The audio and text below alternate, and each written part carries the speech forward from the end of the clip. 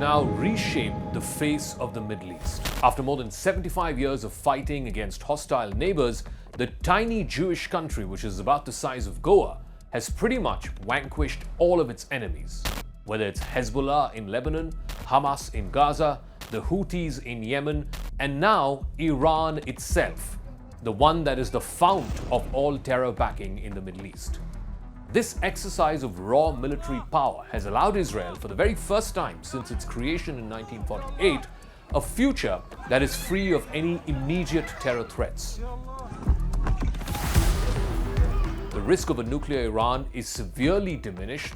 Israel has stable, if uneasy, relations with other Gulf Arab states, and Prime Minister Benjamin Netanyahu has cemented his partnership with US President Donald Trump. The new reality in Israel is that a place which was once under constant threat from Lebanon and Syria or even Gaza will now be more secure than Washington. The next phase of this war will be decided at the White House this week when Donald Trump and Benjamin Netanyahu meet. This will be their third meeting in the last 5 months since Trump came to office. Trump had already announced last week a 60-day ceasefire, which he said was up to both Israel and Hamas to implement on the ground. He will be pushing both parties to implement the ceasefire because he is the one who's helped broker it. I think there's a good chance we have a deal with Hamas during the coming week. Both Israel and Hamas have cautiously welcomed the ceasefire, but both sides are also holding close to their chest what their respective priorities are. One round of informal talks mediated by Qatar ended inconclusively. For Israel, its priority is about rescuing the remaining hostages. There are around 20 of them who are still in Hamas custody. For Hamas, it is about a complete cessation of hostilities, which Israel is reluctant to concede. Israel fears that Hamas will only use this pause just to regroup and attack Israel again. But the bigger concern for Israel is what comes next in Gaza. Hamas has been massively weakened, no question about it, but not to the point where it's going to give up power. Israel's failure has also been that it has failed to imagine a possible political successor to Hamas, which can fill the political and governance vacuum in a post-war Gaza. But it's also come at an immense cost to Israel's standing in the rest of the world. Netanyahu's relentless and unapologetic military campaign in response to the October 7, 2023 Hamas attack, in which over 1,000 Israelis were killed and over 250 Israeli hostages were taken into custody, that has now pretty much cemented Israel's position in the world as a pariah of sorts. Very few Western countries, save the United States, back Israel in multiple UN resolutions. Israel's leadership is accused of genocide and war crimes. Netanyahu has an ICC arrest warrant against him. His travel has been curtailed because of that. He's in fact disdained by many world leaders, so much so that countries have now started beginning to recognize an independent state of Palestine. In opinion polls globally, most people today have a negative view of Israel.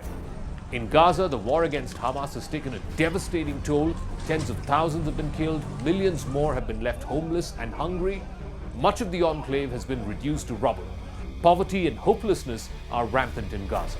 Hundreds of Israeli soldiers have also been killed in these last almost 2 years. In fact, officials also believe there are about 20 living hostages who are still in Hamas custody after more than 600 days in captivity.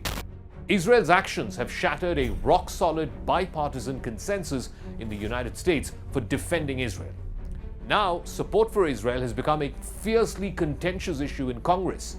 It is also a subject of angry debates and protests on college campuses. In fact, the political climate around the question of Israel and support for Israel in the United States has become deeply polarized. Many supporters of Israel denounce any criticism as anti-Semitic, and those who are opposed to Israel view themselves not to be silenced, whether in Congress or in college campuses.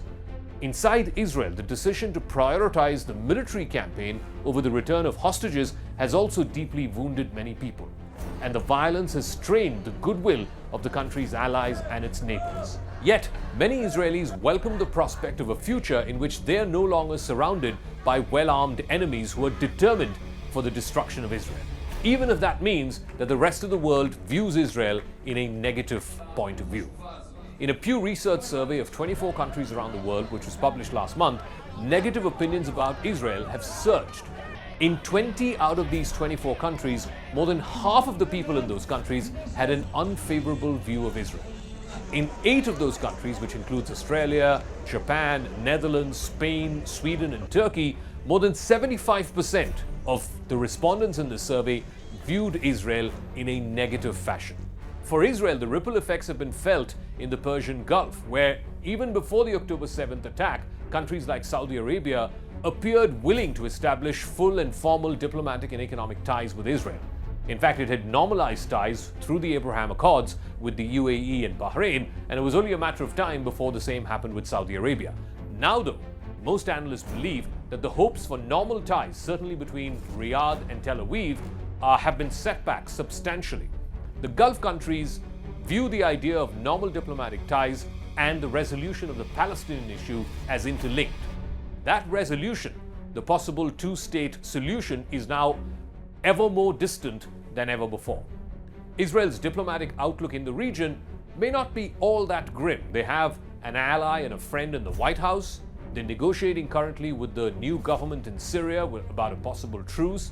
And once this Gaza war ends, there is still the possibility of normalization with Saudi Arabia, which could be back on the table.